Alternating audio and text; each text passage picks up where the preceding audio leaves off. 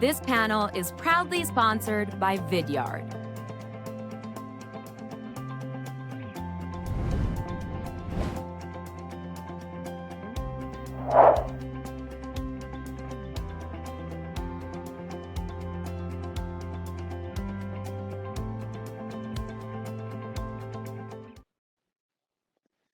Hey everyone, it's Mike, and we are back for our last program of the day on stage 2. What a day it's been. We've saved the best for last. We've got Tyler Lessard, who's the Vice President of Marketing and Chief Video Strategist at Vidyard. They are one of our big sponsors, and they've sponsored a few panels so far today. We've got Tyler back. He's giving a great presentation on staying ahead of the competition, how to use video to stand out in a crowded market. So without further ado, Tyler, take it away, and I'll be back in a little bit with some questions from the audience. Wonderful. Well, thank you again, Mike, and thanks to the team for hosting such a terrific event here today as we've learned about so many interesting topics around this new world of remote business, with a lot of focus on how it is we adapt our internal culture, our internal communications, collaboration, employee engagement, and so on.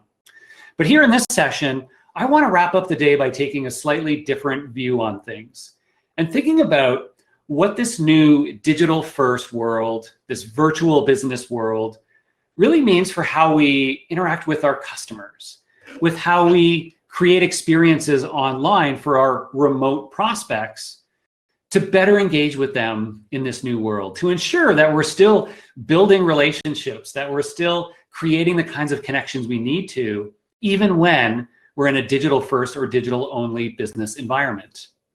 And so this session is for all of you marketing and sales leaders out there, business leaders, anybody who is interested in how it is that we better represent ourselves with our external audiences and shift our thinking a little bit as we head into the next months and years ahead of this digital first world.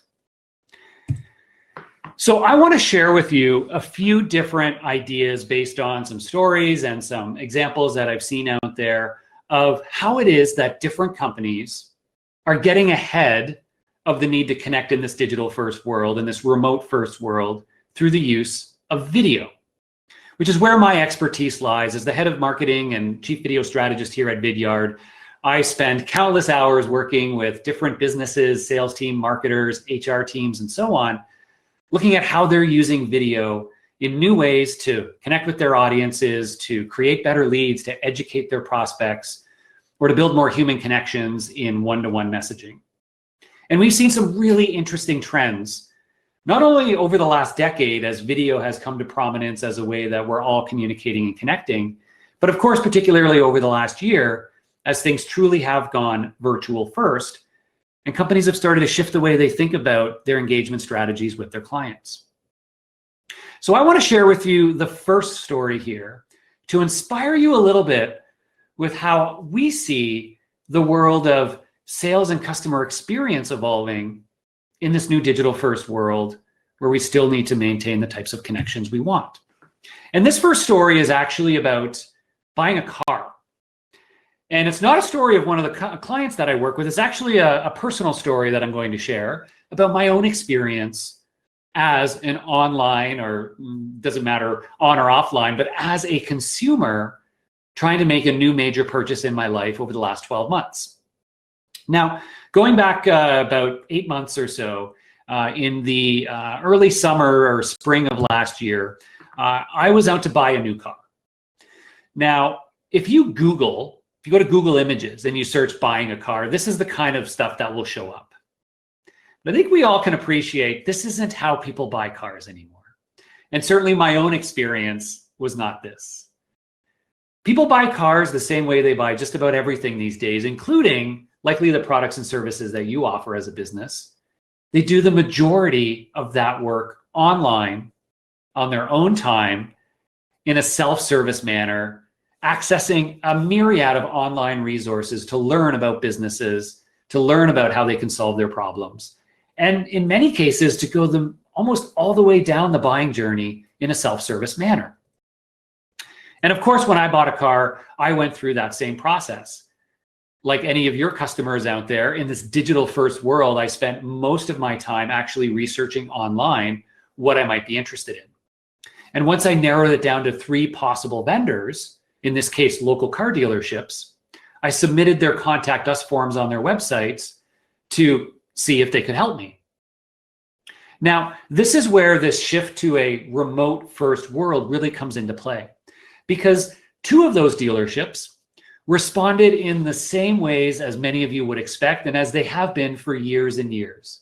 I got the usual email responder. I think I've got a screenshot here. Here's an example, right? We all know this email, right? It was an email responder, with a standard template that talked about how, we thank you for expressing your interest in a certain type of vehicle. We would love for you to schedule a time when we can for you to come in, to schedule an appointment. We'll show you what we have. We can talk about options. And it was the same old process, which frankly, I wasn't super interested in anymore, because I've learned in this virtual first world that I should actually be able to do most things from the comfort of my own home. I should be able to self-service access information. I should be able to interact with sales reps remotely without having to actually book a time or go into a meeting, or in this case, actually go to a dealership. Now, this is where things get interesting, because the third response that I received, this is the one I want you to pay attention to. It looked like this. Now, how much better does that look? Let's just start with that. How much more does that stand out compared to the other messages from reps at other car dealerships? First and foremost, him sending a video in this email definitely helped to get my attention, but it went way further than that. Because in this case, when I clicked the play button, I'll tell you a bit about what happened. Well, he introduced himself, right? I'm sitting in my home office here at home. I get this email. I open it up, click the play button, and I get to meet the sales rep right away. He says, "Hey, it's Will Huron here from the dealership. I wanted to send you a quick video to introduce myself and to also show you what we have on the lot here that matches your specifications. In fact, we've got a vehicle right over here that's very close to what you specified. I wanted to quickly walk you through it." And he used his phone to record this, and he actually spent the time to walk me through the vehicle. He got in the front seat, showed me what he liked, opened up the trunk, showed me where the USB ports were for the kids. And after about 4 or 5 minutes, I basically got this tour of this vehicle, and I had all of that amazing information without ever having to leave my home. I didn't have to book a time for an appointment, right? But in all that time, I now suddenly met this person. I trusted them. I had all this great information that I needed. And this to me was just this beautiful example of how a slight change to your process in this new world to better match the way that people expect their information can make such a big difference.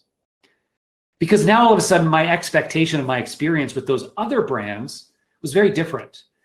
And in fact, when I did end up scheduling an appointment, going on site and meeting a rep at one of those, the experience actually was what you would expect, right? They actually didn't have a vehicle that was similar to what I specified, and they really just tried to sell me something.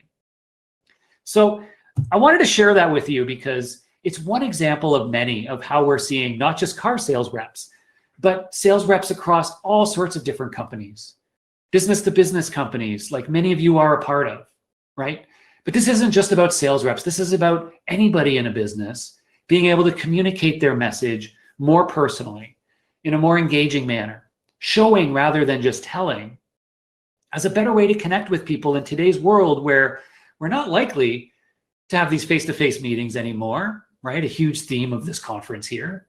But in the absence of that, a lot of us are trying to say, well, in that case now, I either send more emails or we try to schedule live video calls.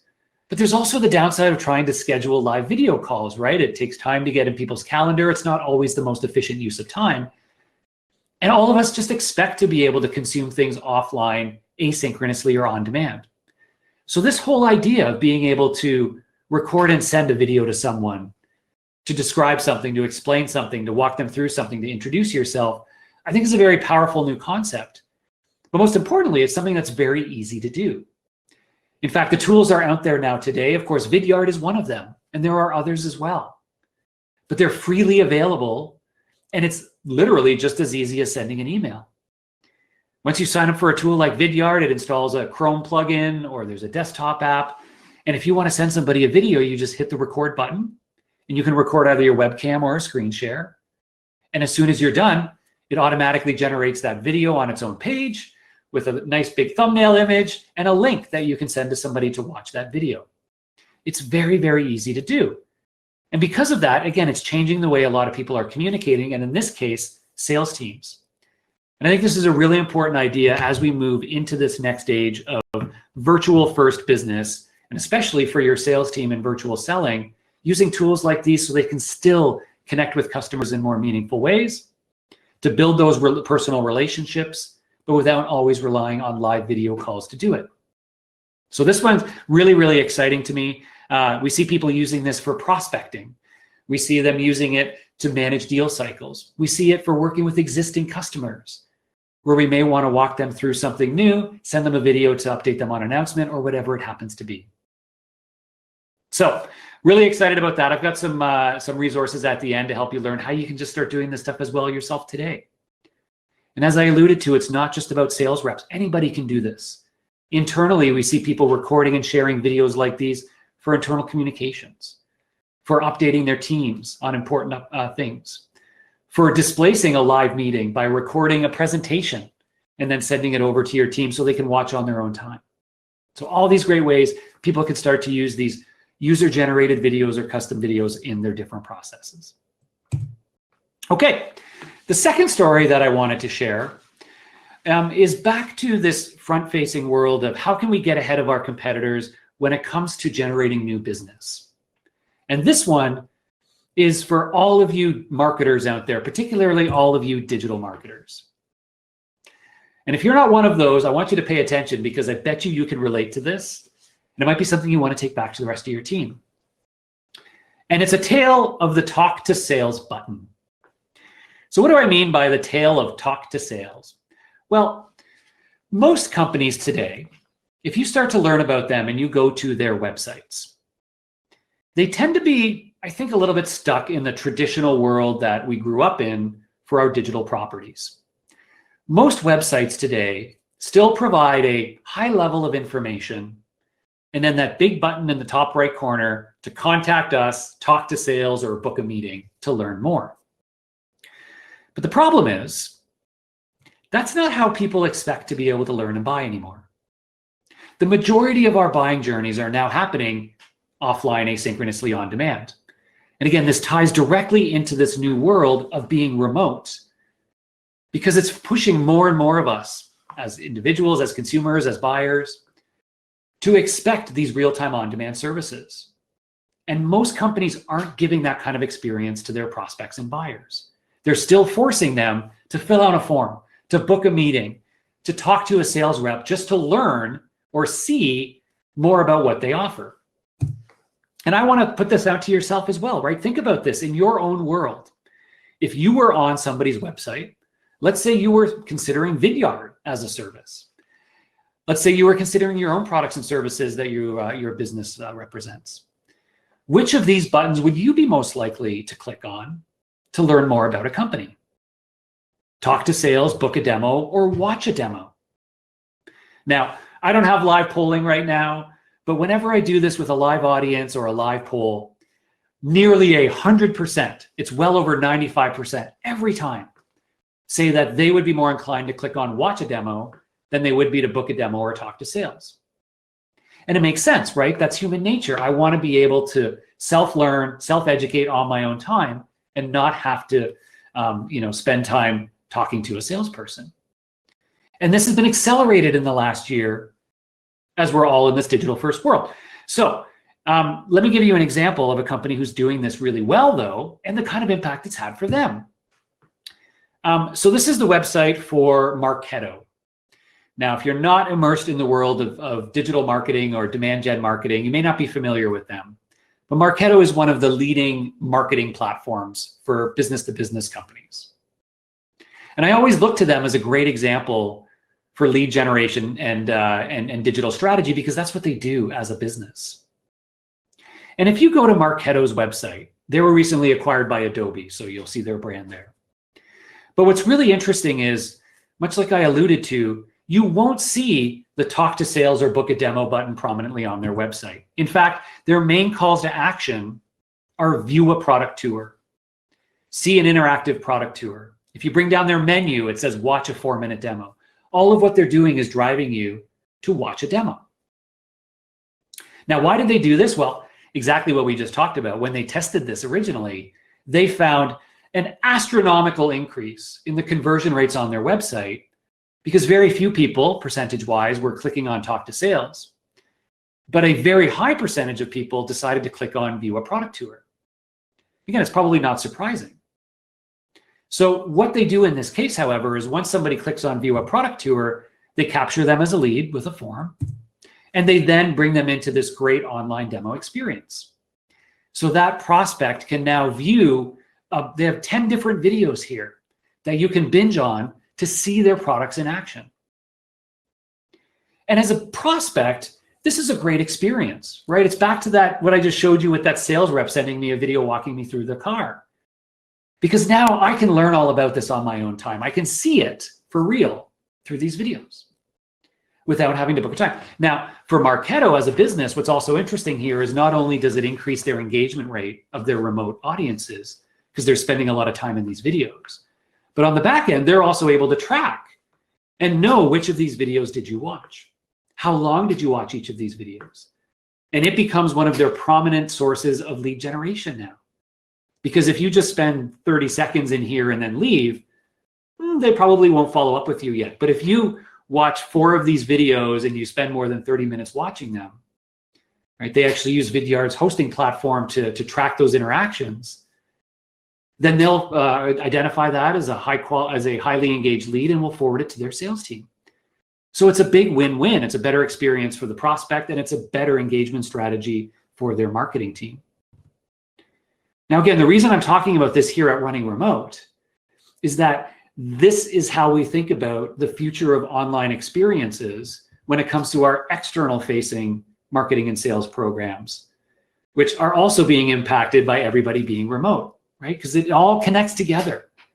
All of us now have these different expectations with the kinds of information we want to consume, how we want to do those things on our own time, and the best ways to interact with people in this new digital-first world. And the third example or story that I want to share is also from an online marketing and a content perspective. And that is this evolution that we've seen in how content and inbound marketing strategies have evolved for different businesses. Now, what do I mean by inbound and content marketing? Well, many of you, may or may not be aware of one of the key strategies that's evolved in the world of marketing over the last decade or two has been this investment in online content to help answer the questions people are asking or to address key topics that they're searching for. So that even before they're ready to watch that demo, they're interacting with your content online as a way to self-educate on different topics. And over the years, inbound and content marketing has evolved. It started off largely as blogs, and we all had blog teams who were writing written blog posts as a way to drive as much inbound traffic as possible. But that has now evolved. And we now see content marketing teams investing in blogs, in ebooks, in videos, webinars, podcasts, and many other actually different formats of content as ways to engage their audiences. Because when you ask yourself, if you want to learn about a new topic, what kinds of formats do you tend to want to learn with? Most people will actually say, well, a little bit of everything here. Sometimes I prefer to read a post. Sometimes I would prefer to watch a video. Sometimes I would prefer to listen to podcasts. So more and more, we're seeing businesses get behind this mentality and saying, yeah, you know what? In this remote world where more and more of the interactions with our buyers are going to be happening online, more and more of it's going to be happening on their own time, we need to invest in more and more content to deliver that information, whether it's at the start of a buying journey or even all the way through the customer experience. We need to allow people to self-serve on this content. And again, things like video are now an expected medium to be able to do that. It's not the only one, but I find for most businesses, that's where they're the most behind. And they're not yet producing video content at the same pace as they're able to produce written blogs, written articles, knowledge bases, and things like that. But in today's world, this is becoming more important. A couple of examples of businesses that have really embraced this and kind of what it's meant for them. This is just a great visual example of a company that I've worked with called Mazzella Companies. And I love this example because on their resource center on their website, they show you what I just talked about right at the top of their resource center. They have 190 articles, 175 videos, 19 podcasts, and 35 downloads as part of this resource center to help deliver the information you're looking for in the format you're most interested in. Now, all of this content exists together because, again, most people aren't necessarily going to be as worried about the format. They just want to make sure they're getting the information that they want. But they're able to discover it in different ways and engage with it as they want. And they've continued to find that the videos on their site are driving a huge amount of engagement. But most importantly, they've become the clearest and most effective way to explain ideas.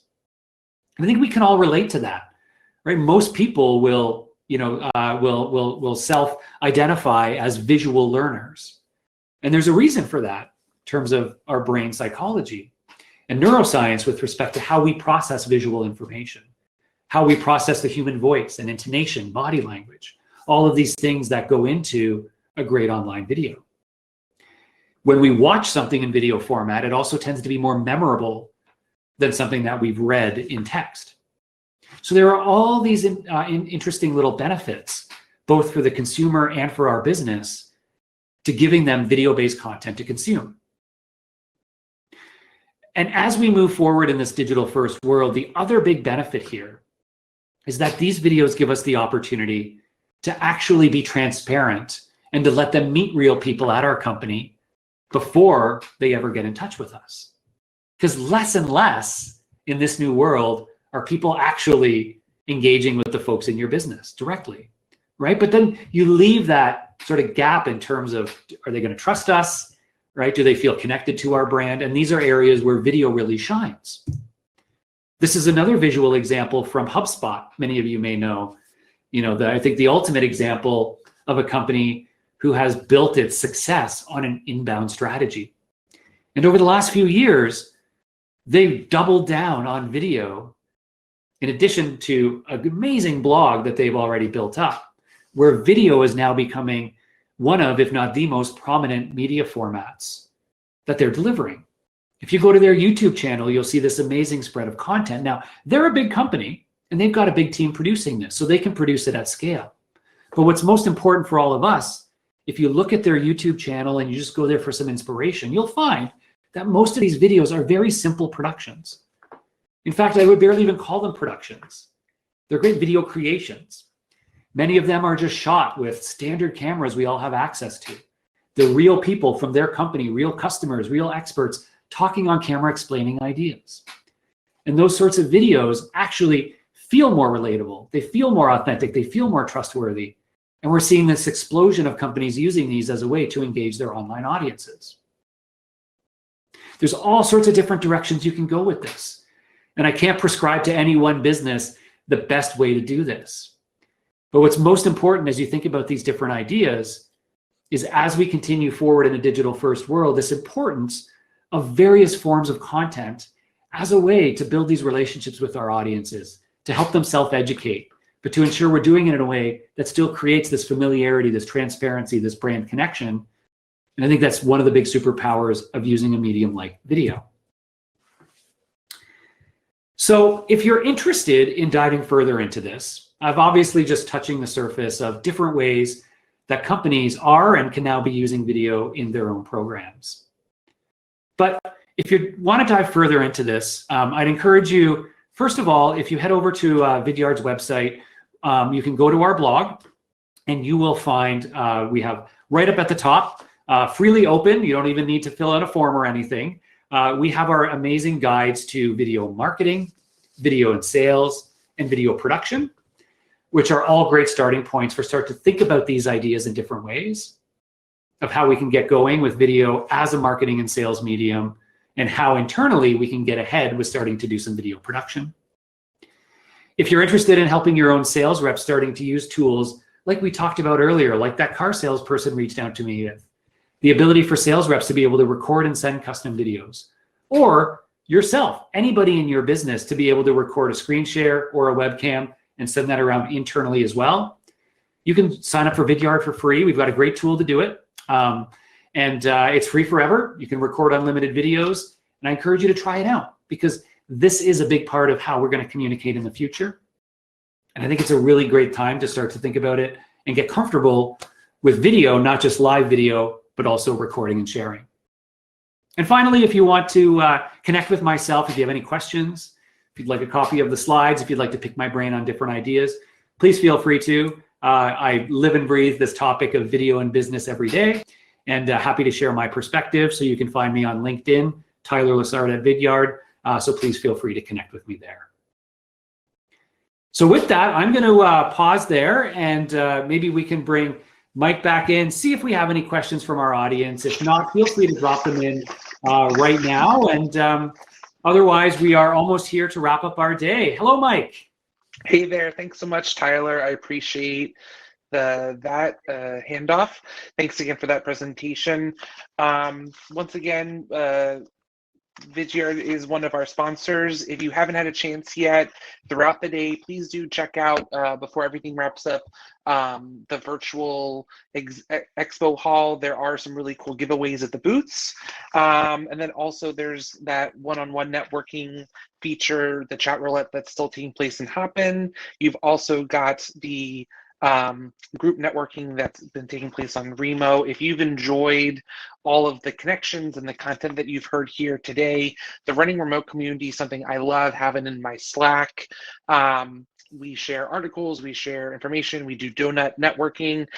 You can get 20% off your Running Remote community membership today only. It's a promotion that's with the conference. I don't see any other questions coming through, so I'm going to let you go. Tyler, thanks again. Take care. Thank you, Mike, and appreciate it from everybody at the team. Great event today, and yeah, hope everybody takes advantage of those Running Remote offers. Get that 20% discount. Hours are running out. I know, right? Well, on behalf of everyone here, a big thank you to the organizing team, to all the vendors that have helped us out. It's not an easy feat to pull off a live streaming event over the course of, I don't know, 18, 20 hours, but I really do appreciate it. I've been hanging out here on stage 2 with everyone, so I don't even know who won the big startup contest, but we'll have to get caught up on that. I'm sure there'll be a blog and an email coming up recapping all of that. So that's it for us. Thanks again for participating and taking time out of your day. Feel free to check out the rest of the features here on Hopin. I know there's still some people that are hanging out looking to network. On behalf of the whole team here, we look forward to seeing you at our next event. Thanks again.